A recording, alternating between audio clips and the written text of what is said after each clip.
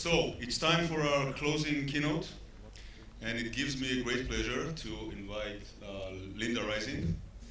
Linda Rising starting in the computer business. She has a PhD in computer science, but then she moved on to get interested in things that relate to the way people think, the cognitive processes. I'm sure that she will describe it better than me. We've been with Linda for a few days this week, and I can tell you that I think that she probably changed a lot of minds already, so I hope she will do the same for you guys. So, without further ado, Linda Rising.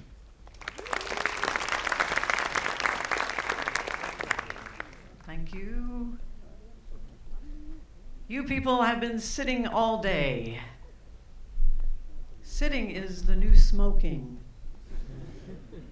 Stand up. Stand up.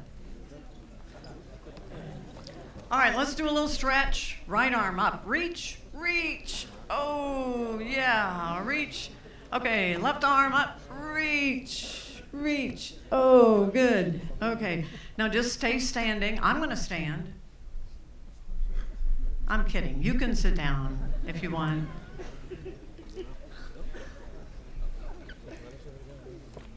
So that's your first thinking tip. We spend too much time sitting.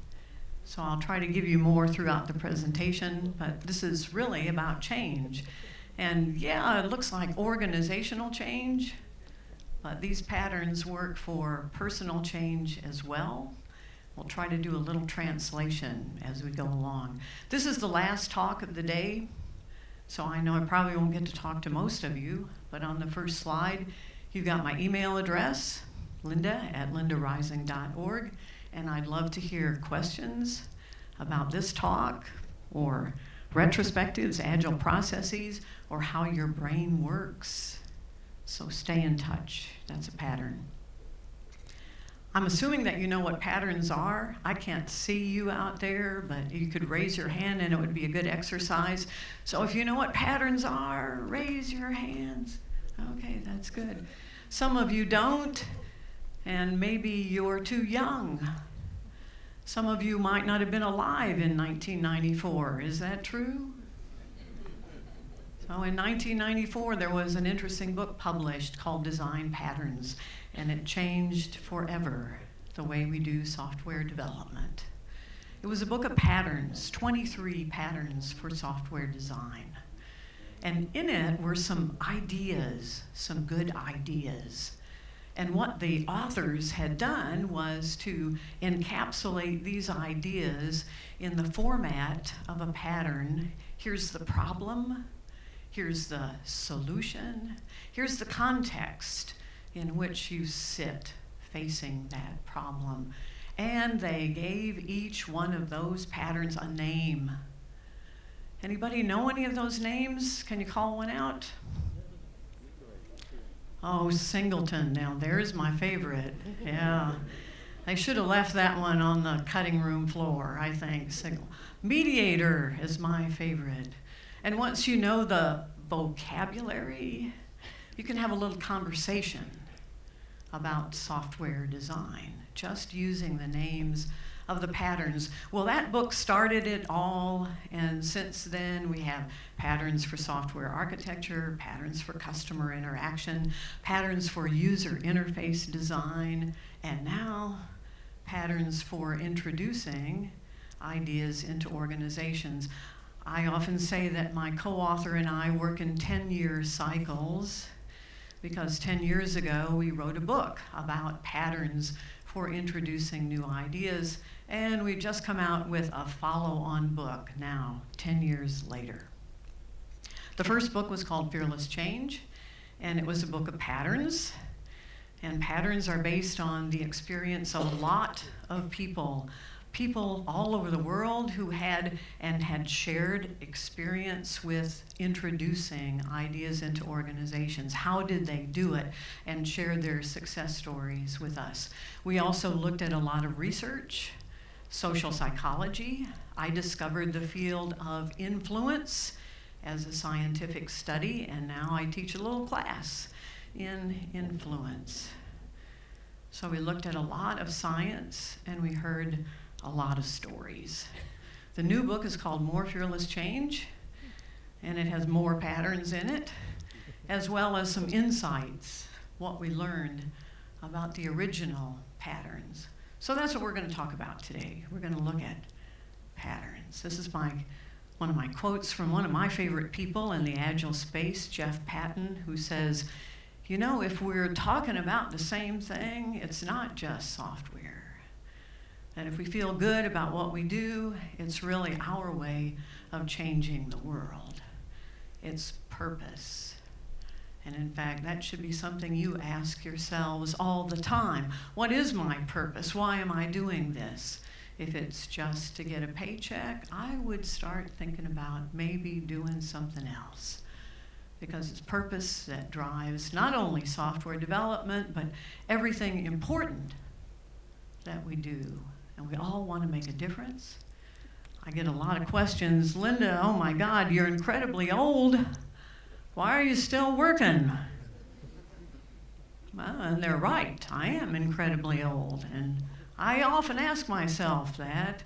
And I think the answer has to be is that I feel a sense of purpose about some of the things that I do, that I wish somebody had told me some of these patterns, something about influence. So since I'm sure I'm the oldest person in the room, then maybe you can learn from my experience and you won't make the same mistakes I did. So this is a collection of myths. That is stories, things we've been told, things we tell each other. Myths about introducing ideas, myths about how people think. So here's the first one. Maybe we could do a little exercise here. Let's stretch again. How many smart people in the room? Okay, raise, really raise. 3 people. Oh, Shirley, come on. How many smart people in the room? Really reach. 4. Oh, thank you. 5. Well, I know people in Israel are humble. They're reluctant to put themselves out there in front of others. So I'm going to make an assumption. I'm going to assume that you're all smart people. Well, that's why you're here. Because you're smart. That's why you decided to stick around and listen to my talk, because you're smart. Yeah. Well, so of those 4 people, how about this myth? Do you agree? Smart people are rational decision makers. Sometimes, okay. They make decisions rationally based on logic. What happened to those 3 people back there? No? Sometimes? Sometimes. Who said that? Did you? You said that? I can't see a thing up here, so it doesn't. So was that a gentleman here who said sometimes? Yeah? Oh, yeah, okay, thank you. Good. Are you married?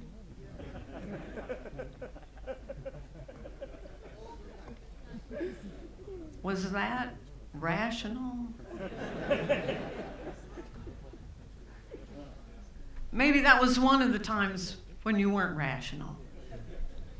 Well, we might agree that, okay, there might be sometimes, that's what you said, right? Sometimes you're rational and, well, other times, unless I have known software developers who made a little decision tree before they got married. They had the positive attributes on one side, the negative attributes on the other side, and then they did a weighted average of those positive and negative attributes, and then they added those up and then made a decision about whether to get married. Did you do that? So maybe you're not totally rational, that there are times when you make decisions emotionally. So here's the bad news. The cognitive neuroscientists, those people who study how we think, are telling us now that, oh my, none of our decisions, that's zero, none of our decisions are rational. I'm sorry. I'm really sorry. You know, my husband says the only reason you're still out there talking about all this stuff is you're trying to convince yourself. Because I don't like it either. I want to believe that I make my decisions rationally based on logic. And when I try to convince other people in organizations or in my own personal life, I want to influence them. The first thing I think of, and probably this is true for you, the first thing I think of is a logical argument. Well, let me explain my idea. Let me tell you the benefits for adopting Agile or doing whatever. Let me outline the logic behind a decision to adopt this innovation. That's the first thing I think of. Is that true for you? You want to explain it because you think, I'm a smart person, the person I'm talking to is also a smart person, and this is how it happens. We subscribe to that myth. We think that I'm going to convince by making a logical argument because that's how we decide to do anything.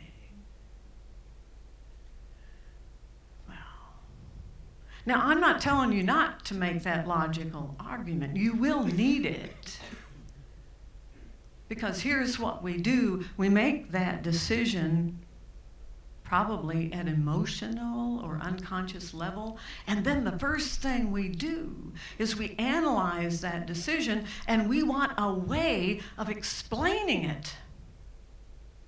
We want that rational argument after we've made the decision. Do you know what that's called? Yes, it's called rationalization. Let me explain why I decided to get married or move to Israel or do anything. Let me explain it to you, and I'm going to give you my nice logical argument. So it's good to have that around. You can hand that over to other people after they've made the decision. They'll want that argument so they can explain it to somebody else. So you need other patterns. You can't just explain it. And the first requirement or the first pattern is called Evangelist. Now, in the U.S., even though we have corporate evangelists, this has a little bit of a religious flavor. I live in Nashville, Tennessee, and that's in the South. And we have evangelists, big churches and evangelists. I don't go to any of those churches, but I know they are there. And so when we talked about this name, I thought, I'm a little nervous about that. I'm a little nervous about something that might have a religious flavor to it. But now we know that that is exactly the right name for the first pattern you need in order to introduce an idea into an organization or in order to convince anybody of anything. You need to become an evangelist. You need belief, because in the beginning you don't have any scientific proof. Actually, let's take another poll. How many of you are doing Agile something? Look at that, look at that. And so all of you, when you made that decision Did you look at all the scientific studies? Did you look at the double-blind, controlled placebo studies, scientific proof that Agile was better than what you are doing now? Did you look at those? Oh, well, at least you're honest. That's good. Because there aren't any. And there haven't been any for any of the decisions we've made in software development, and I can speak to that because I have seen decades of change. And we did every one of them in exactly the same way. We got excited about it, and we said, we believe. That's exactly what we said. We believe that this will be better. That's what we did every step of the way. So you need to do that. That's how you start. We know that people who believe and who have passion are attractive in a way. It's exciting to be part of something that we believe in. That's what this country is all about. We believe.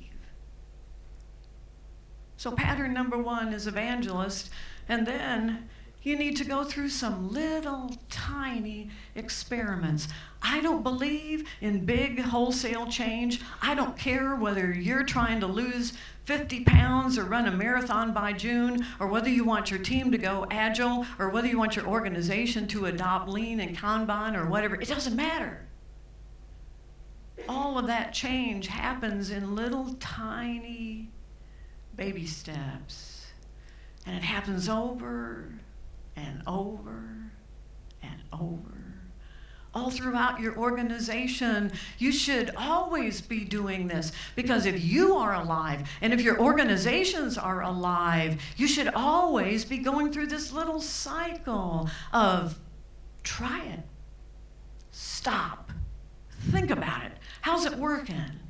What's working well? Celebrate your successes and take the next little baby step. You are, and your organizations are, a complex, adaptive system, and you cannot push and change a complex system with success. The only thing you can do is poke it and stand back and watch, and then poke it again and watch and learn. So that's how you make change happen in a small organization, in a large organization. It's like Arizona. I lived in Arizona for 20 years, and we had a lot of forest fires up in the mountains. And every time we looked at the source of those giant forest fires, and what we discovered was it was never started by one campfire. It was started by maybe a dozen. A little one over there, a little one over here. A lot of little tiny things exploded at some point into massive upheaval, and that's how you make change anywhere. A lot of little tiny baby steps, looking for the tipping point when all of a sudden it catches fire. You'll wake up one day and everybody wants to do it. They're all excited. They've all become believers. Well, let's see. I've just told you you're not rational. So this one is harder, I think. Good is important. Sometimes we are so in love with our good idea that we think goodness, well, the idea is so good. That should be enough. Isn't it true that goodness always wins? Good ideas always triumph.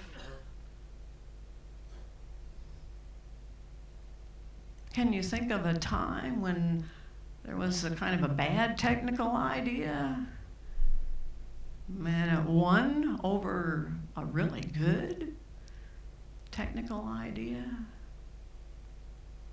Can probably think of a lot. And that's not even looking at the political, historical triumph of evil over good.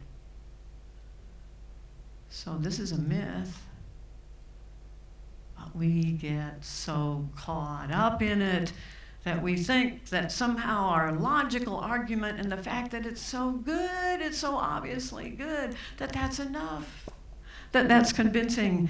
And, well, we need a pattern. So you're going to wonder, wow, Linda's really losing it now. The pattern is called do food. And what we know from the cognitive scientists is food is the most powerful influencer we have. When we sit down and share food together, we're more open to listening to each other. We feel a closeness. We feel a connectedness when we share food. There are some languages, I don't know about Hebrew, but in French, for instance, the word for my friend is compagnon, someone with whom I break bread. It's deeply hardwired in us that the people we share food with are the people we trust. So if you want to convince people of something, well, go out for a coffee together. Invite people in for a little brown bag session at your organization and say, hey, I was just at this really cool Agile Sparks conference yesterday, and I've got some great ideas for things that I think maybe we could try. And then put out the brownies or the chocolate chip cookies, or I don't know, what would it be for you? There you go.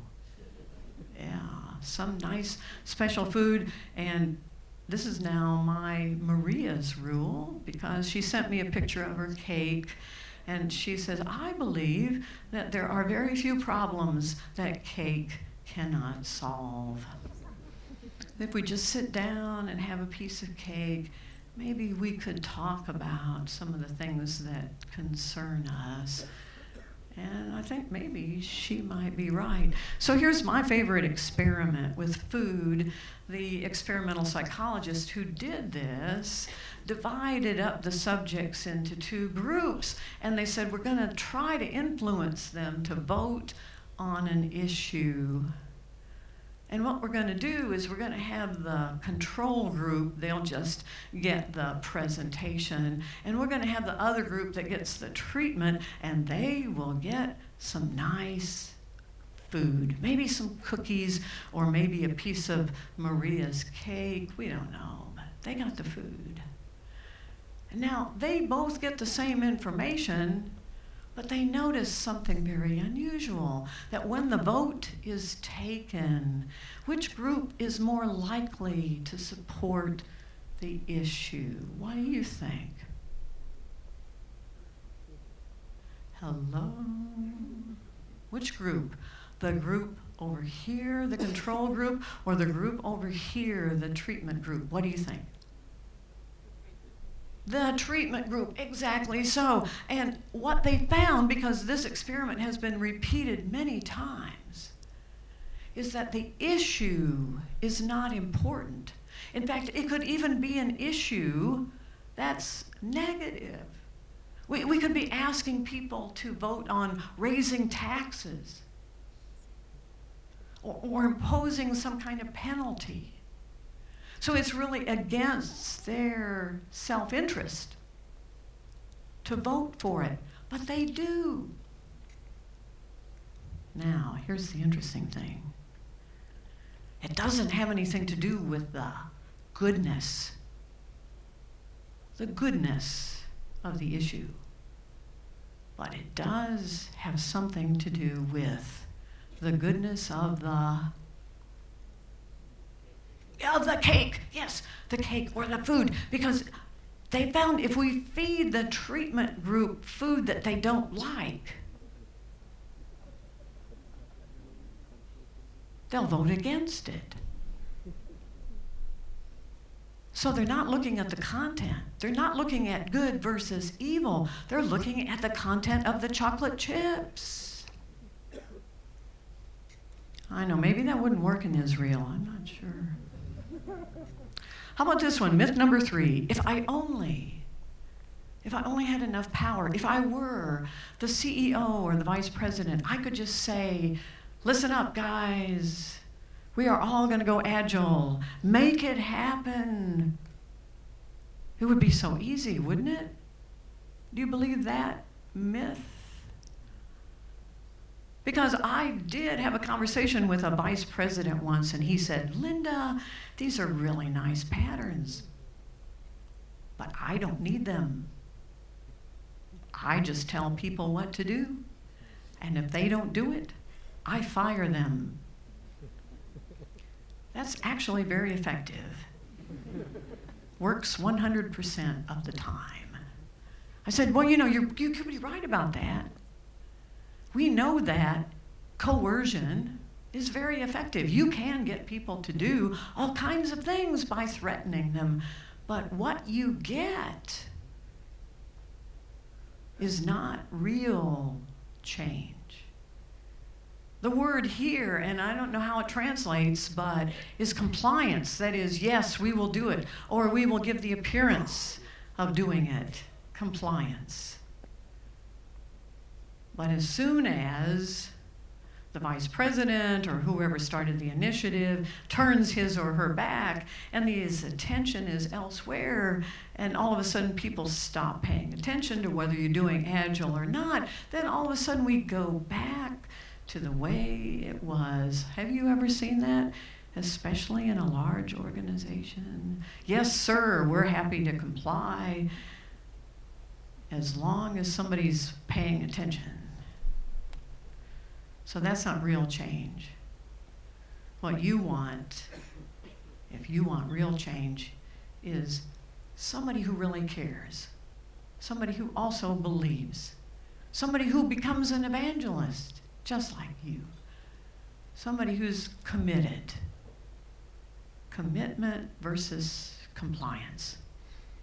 Stephen Covey has a wonderful quote that says, sure, you can buy a man's back, but you can't buy his heart. You can't buy his brain, his ideas, his creativity, his innovation. And that's exactly what we're talking about. Because that's what you want. So the pattern is called personal touch. And you have to talk to everybody at a personal level concerned about what their issues are, because everybody's asking that same question. What's in it for me? Why should I care about Agile? Why should I be interested in your new idea? What's in it for me? And in order to do that, you have to put yourself in that other person's shoes. Stephen Covey has a great quote about that as well. This one from Jeff Patton is also good. It says, we have to be talking about genuine needs, not just looking at a bunch of data. So this is data from the studies of E.M. Rogers. And what we know is that when you look at a population of people in an organization, they are all going to see that new idea differently. There are some people, in fact, when you go back tomorrow after having attended this great conference and you just say, hey, I heard about this latest, this newest, this coolest idea, those few people who are going to get excited just because it's the newest and the coolest, well, they're the low-hanging fruit. They're going to join in and jump up and down and get excited and help you just because it's the new cool thing. They're called the innovators. But look what a small percentage. 2.5% in a normal population. The next group, well, they're also enthusiastic. They don't jump up and down. They ask for more data. Can you give me a paper to read? Can you show me where I can find, give me a URL for some more information about this Agile stuff? Don't overwhelm them. But they are open to listening to you. The early adopters. But look, even if you put the two groups together, the innovators and the early adopters, you still don't have very many people yet. There was a wonderful book by Clay Christensen called Crossing the Chasm, and he said, you know, the problem with a lot of tech companies is they only market to those two groups.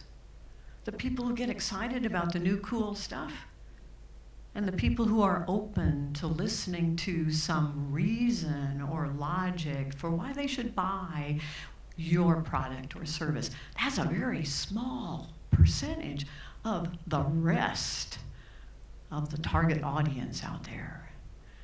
And in fact, that next big group, the one that's just a little over a third, you're never gonna convince them. I don't care how many chocolate chip cookies you buy. The early majority are asking, remember, everybody's asking what's in it for me? The early majority are asking, why should I do this? Tell me who else is having success with it.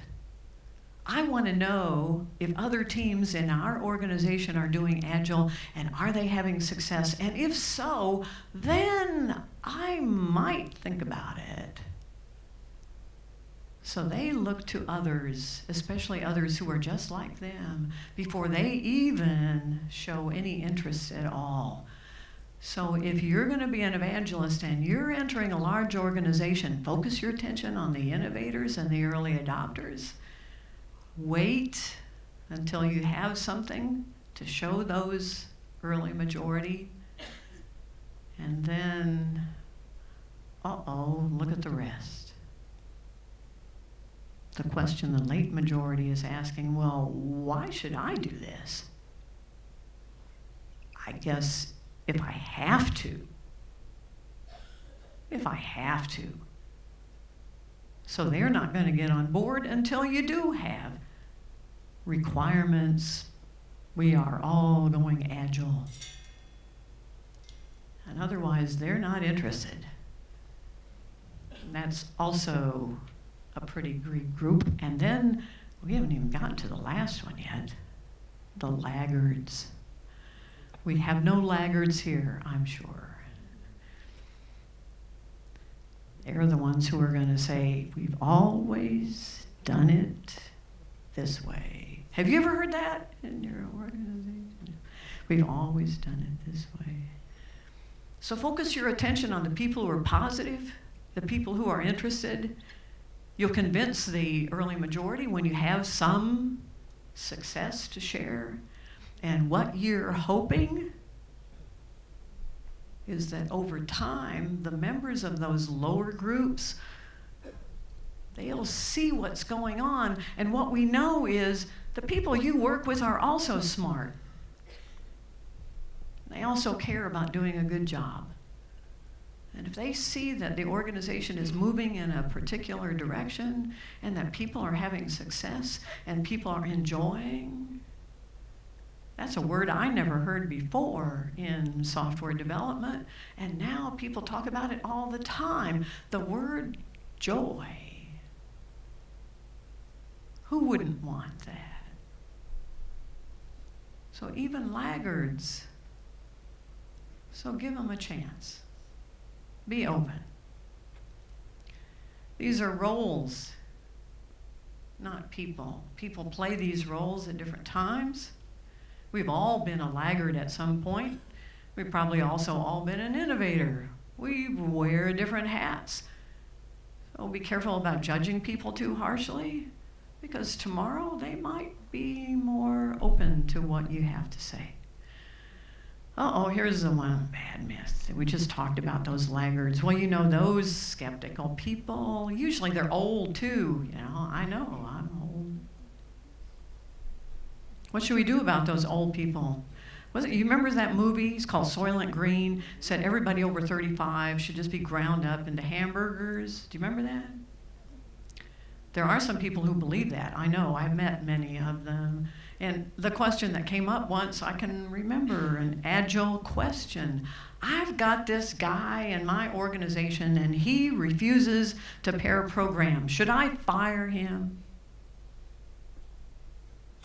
What if they won't get on board? Should we just get rid of those people? Well, the unfortunate thing is many of those people are the domain experts. Sometimes they've been around your organization for quite a while and they understand a lot of things that those innovators really don't. So my advice is, let's use this pattern. This is the name of the first book. And we thought it was so important because normally when we run into people who are resistant, who don't want to hear what we're talking about, who are not interested in our ideas, and in fact are negative, they say, I will tell you why Agile won't work. Or they say, we tried that. There are lots of things here that are not new. We tried that, and I'm here to tell you it will not work. And what we know is that when we're excited about something, we don't want to hear that. So we avoid those people, and we don't listen. And we label them stereotypes.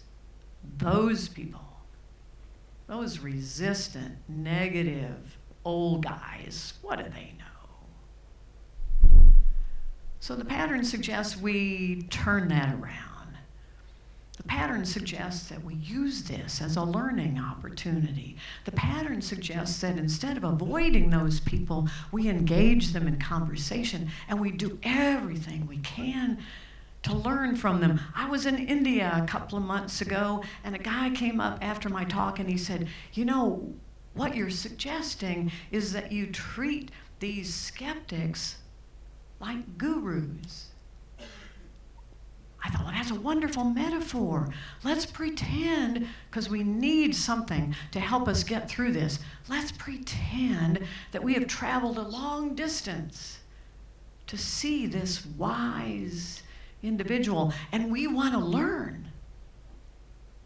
We want to respectfully learn everything this resistant individual has to offer. We want to learn from their experience. We want to adopt as much as we can of the benefits of their wisdom. We might learn a lot. We might learn about our idea. We might learn about our organization. We might learn about ourselves. And it's really funny because once you do that, once you pay respect to people, they often will turn around. You don't have to argue them into the ground. Sometimes they'll come around because you just respectfully listened. You listened them. You listened them into agreeing with you. You didn't argue them down point by point. You didn't try to show that they were wrong and you were right. You listened them into at least being open to what you have to say. There's Stephen Covey's quote, "Seek first to understand before you try to explain your idea." The other role for a resistor, and it's a valuable one, is the pattern champion skeptic. Sometimes you're not going to convince everybody initially, but you want to find a role for them in your change effort. You want to bring them onto your Agile team so you can say, hey, I have something we really need. Somebody to play this role of champion skeptic. And it's going to be your job to pay attention to what's going on here and help us by pointing out areas where we might go wrong, things we might not have thought of. Not just being negative for the sake of being negative, but being helpful by pointing out where we might run off the edge of the cliff. That's a valuable role. In fact, whether you're in the middle of a change effort or not, you always need a champion skeptic on your team at every meeting. Because when you're in agreement too much, plenty of research shows you make bad decisions. You've got to have somebody who says, how about looking at this from another point of view? I'm not sure we have considered. Maybe we should think about. It's very valuable. Edward de Bono wrote a great book called 6 Thinking Hats. And one of those hats is black. And that person is the devil's advocate or the champion skeptic. That's a valuable role, and it makes it possible to include people who might be a little resistant to what you have to say. Myth number 5. How are we doing on time? Yeah. I don't need anybody else. After all, I am a smart person. I raise my hand. Why should I involve other people?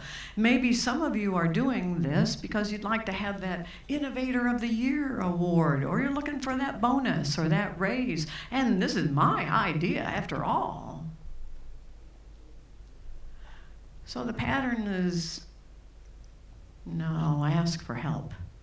You're going to need it. And there's nothing more convincing right after the chocolate chip cookies. There's nothing more convincing than to say, you know, I can't do this by myself. Would you help me? Could you help me? I've never pair programmed. Would you like to try that with me? I can think of all kinds of things we could experiment with. Would you like to help me? And as soon as they say, well, I don't know, I guess I could. We could try that. Now they're starting to move with you. Very convincing. And of course, once you've done that, make sure you say thanks. Well, this is a pattern we almost didn't include in the first book because we thought, well, do we need a pattern that says, say thank you when somebody helps you out? And the email pushback we got when we sent that pattern out for review was overwhelming. Most people told us horror stories about working overtime on weekends, about working overtime all week long. I'm sure that never happens in Israel. About giving up on children's birthday parties or other celebrations because they had to work. And the email said, you know, I'm okay with that. I'm okay with doing that once in a while. It's my job. I know the team needed me to do something, but what really bothered me was when I came in the next morning, no one on my team, not my scrum master, not my team lead, nobody said, hey, thank you. I know you were here all weekend. I know you missed your son's birthday party. You got it done. You fixed the bug. That database interface is working now. Wow, thanks. Thanks for that. There's a lot of research around thanks. It says if you're going to be effective, you have to do that on time and you have to be sincere. You have to mean it. And you have to say what was done. I know you were here all weekend. Say what the impact was. Because of you, our database is working fine now. We're going to be able to do that customer demo. Thank you. This is really pretty easy. Well, we were surprised to see another collection of research that shows, well, we thought, thank you, that's going to make all those people who receive thanks, they're going to feel so good. We thought they were the beneficiaries, and we were wrong. Turns out that it's the people who appreciate others, the people who are giving the thanks, They're the beneficiaries. Look at that long list of benefits. Oh my goodness. And what's not up there is the one I really care about. Longer life. Let me show you how this is done. You've been sitting here all day today. I know you're tired. And every time I'm asked to do the closing keynote, I think, will anybody be there? Maybe everybody wants to beat the rush hour traffic and they're just going to go home. And I'll be in an empty auditorium talking to myself. But no, look at you. You're here for me. I'm so honored that you decided to share your time with me. I really appreciate that.